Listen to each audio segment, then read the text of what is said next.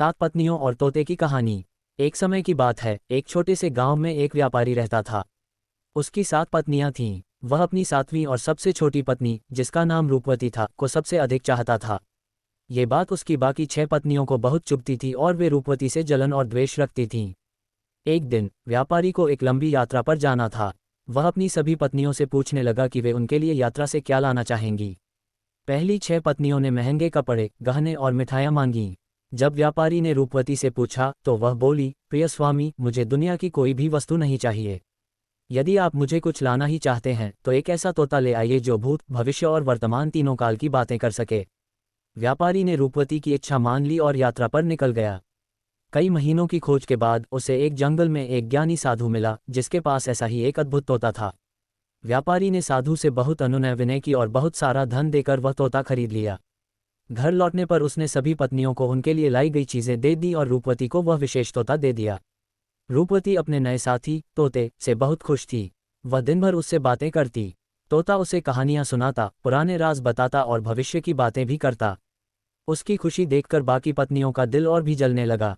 उन्होंने तोते को मारने की साजिश रची। एक दिन जब रूपवती नहा रही थी, उन 6 पत्नियों ने आकर तोते के पिंजरे का दरवाजा खोल दिया और उसे पकड़ लिया। उन्होंने तोते को मार डाला, उसके पंख नोच डाले और उसके शरीर के टुकड़े करके रसोई के एक बर्तन में दबा दिया ताकि कोई सबूत न बचे।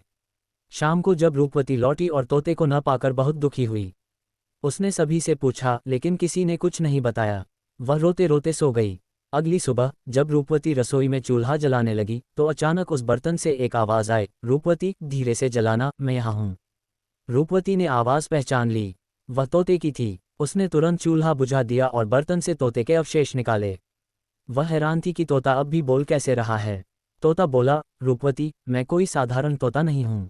मेरी आत्मा अमर है। तुम मेरे इन अवशेषों को लेकर बगीचे में जाओ और एक कोमल जगह पर दफना दो। रूपवती ने ऐसा ही किया। कुछ ही दिनों बाद उस जगह पर एक सुंदर और विशाल पेड़ उगाया। वह पेड़ कोई साधारण पेड़ नहीं था।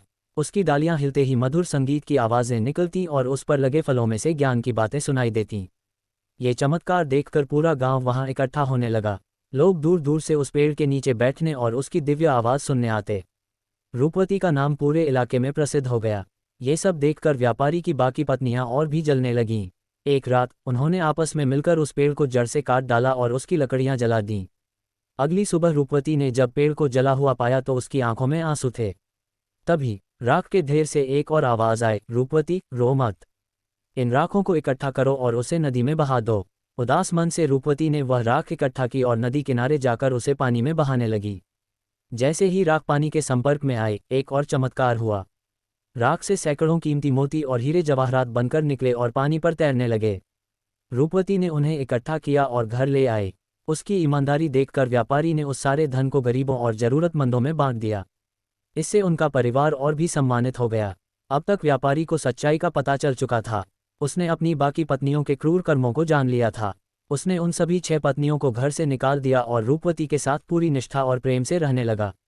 रूपवती की दयालुता, धैर्य और सच्चाई ने उसकी जीत करवाई और तोते की आत्मा ने हमेशा के लिए उसकी रक्षा की।